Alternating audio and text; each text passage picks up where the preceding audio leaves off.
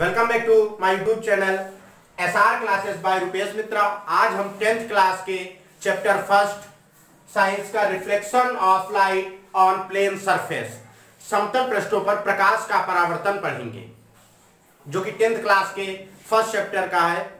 अब हम देखते हैं कि प्रकाश क्या होता है। ऐसे तो हम जानते हैं कि प्रकाश हमको चारों तरफ दिखाई पड़ता है, चाहे सूर्य का प्रकाश हो, बल्ब का प्रकाश हो, मोमबत्ती का प्रकाश हो, टॉर्च का प्रकाश हो, या आपके मोबाइल की फ्लैश लाइट हो, जो कि आप बहुत ज्यादा यूज करते हैं। अब हम देखते हैं प्रकाश है क्या। इसकी भी तो कोई डिफिनेशन होनी चाहिए ना। तो लाइट, व्हाट इज लाइट? देखिए, प्रकाश एक प्रकार की एनर्जी है, यानी प्रकाश एक प्रकार की ऊर्जा है। प्रकाश एक प्रकार की ऊर्जा है जो हमारी आंखों पर संवेदना उत्पन्न करता है। चलिए देखते हैं कि प्रकाश एक प्रकार की ऊर्जा है जो हमारी आंखों पर संवेदना उत्पन्न करती है।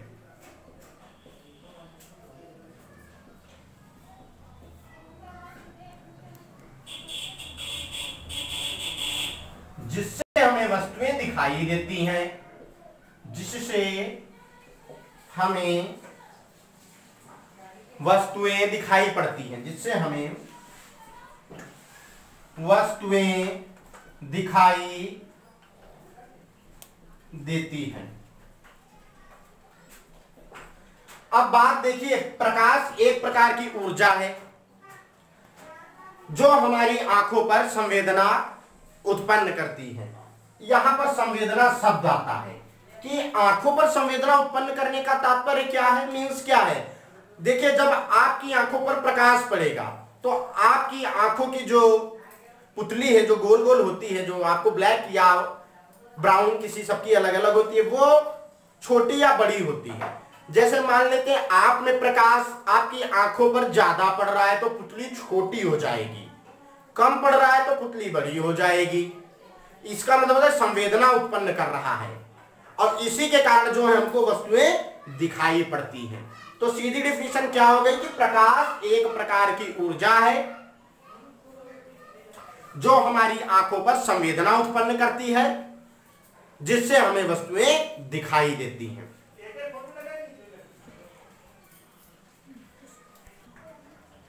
चलिए अब हम देखते हैं कि प्रॉपर्टीज ऑफ लाइट, प्रकाश के गुण।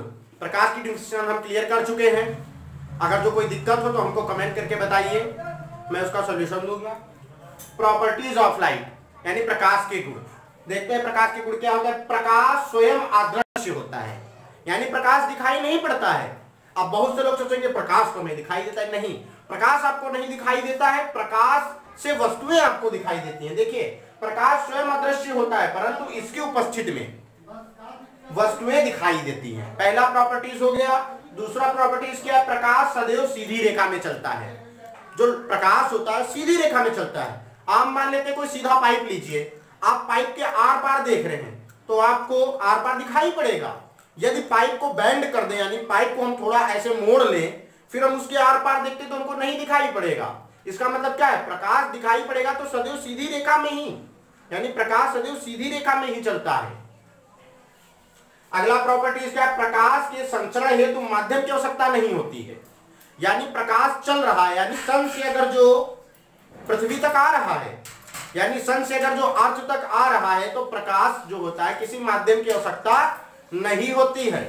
ठीक है, प्रकाश में यानी प्रकाश अब हाँ, तो हम तीसरे पॉइंट पे क्या था, प्रकाश के संचरण हेतु किसी भी माध्यम की आवश्यकता नहीं होती है। चाहे निर्वात हो या वायु हो, सब में जो है प्रकाश समान माध्यम में चलेगा। अब हम देखते हैं अगला,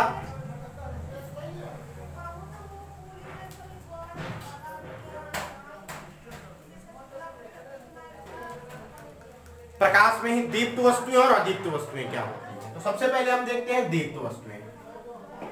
दीप्त वस्तुएं, दीप्त वस्तुएं। दूसरा क्या है? अदीप्त वस्तुएं।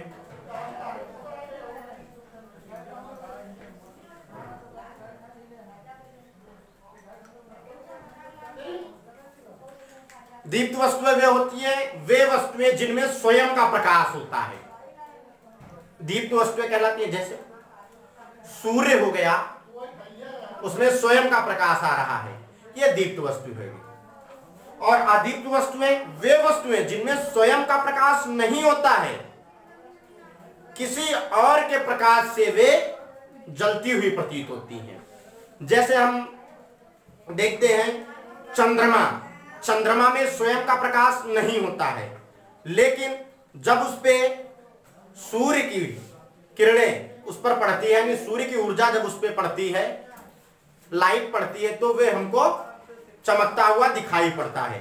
तो दीप्त वस्तुएं क्या हो गई? वे वस्तुएं जिनमें स्वयं का प्रकाश हो, दीप्त वस्तुएं कहलाएंगी। वे वस्तुएं जिनमें स्वयं का प्रकाश ना हो, बल्कि किसी दूसरी वस्तु के प्रकाश से वे जले, तो वे अदीप्त वस्तुएं कहलाएंगी। तो ये हमारी दीप्त वस्तुएं हो गई और अदीप्त। अब हम रिफ्लेक्शन ऑफ लाइट यानी प्रकाश का परावर्तन देखेंगे। इसकी डिफिनीशन देखिए कि जब प्रकाश की किरण किसी चिकने पृष्ठ से टकराकर, देखिए ये चिकना यानी परावर्तक पृष्ठ है, यानी जब प्रकाश की किरण किसी चिकने पृष्ठ से टकराकर पुनः उसी माध्यम में लौट जाए, तो यह घटना प्रकाश का परावर्तन कहलाती है। अब चित्र को आइडेंटिफाई करते देखते हैं कि ये देखिए आती हुई किरण आपतित किरण है, और ये चिकने पृष्ठ से टकराई, वापस लौट गई, जो किरण वापस जा रही है, एरो पर ध्यान दीजिए, यानी इधर का एरो बना है तो ये आ रही है किरण, इधर का एरो बना है तो ये जा रही है किरण, तो ये टकराकर पुनः उसी माध्यम में लौट गई। देखिए इस माध्यम से आई, टकराकर उसी माध्यम में लौट गई, यानी जो किरण लौट रही है उसे परावर्तित किरण कह रहे हैं। तो यही तो डिफिनीशन थी कि प्रकाश की किरण जो है किसी चिकने पृष्ठ से टकराकर पुनः उसी माध्यम में लौट जाए, यही घटना क्या थी? प्रकाश का परावर्तन कहलाती थी। अब देखते हैं प्रकाश के परावर्तन के नियम। चित्र को कायदे से देखते रहिए, डायग्राम को देखते रहिए, आपको क्लियर हो जाएंगे रूल्स, इसके जो है नियम, यानी क्लियर हो जाएगा आपको। देखिए आपतित किरण आने वाली किरण, परावर्तित किरण टकराकर जाने वाली किरण, अभिलंब जो ये डॉटेड लाइन दिख रही है, ये तीनों एक ही तल पर है। देखिए बी पर उपस्थित है। देखिए ये वाली लाइन और ये डॉटेड अभिलंब तीनों एक ही तल पर उपस्थित है। ये पहला रूल हो गया प्रकाश के परावर्तन का नियम। दूसरा नियम क्या है कि ये देखिए आपतन कोण I, परावर्तन कोण R, यानी देखिए आने वाली किरण की तरफ जो कोण है तो वो आपतन किरण हो गया, और जो परावर्तित हो रही है उधर जो कोण है वो परावर्तन कोण हो गया। यानी आपतन कोण और परावर्तन कोण दोनों एकांतर कोण है, इसलिए इक्वल हो गए, यानी बराबर। यानी मीन सिंपल भाषा में हम क्या कहेंगे कि आपतन कोण परावर्तन कोण दोनों बराबर होते हैं, यानी कोण I इक्वल टू कोण R। ये दोनों प्रकाश के परावर्तन के नियम हो गए। इसके आगे का हम पार्ट 2 में देखेंगे। आपको इनमें जितना मैंने समझाया उसमें कोई भी अगर जो दिक्कत आ रही है तो हमको कमेंट करिए। अगर जो आपको हमारा वीडियो अच्छा लगा हो तो प्लीज लाइक करिए, शेयर करिए और सब्सक्राइब करिए, और सब्सक्राइब करिए और शेयर करिए ताकि आपके और दोस्त भी, आपके और फ्रेंड्स भी जो है इस वीडियो को देखें और कुछ सीख सकें।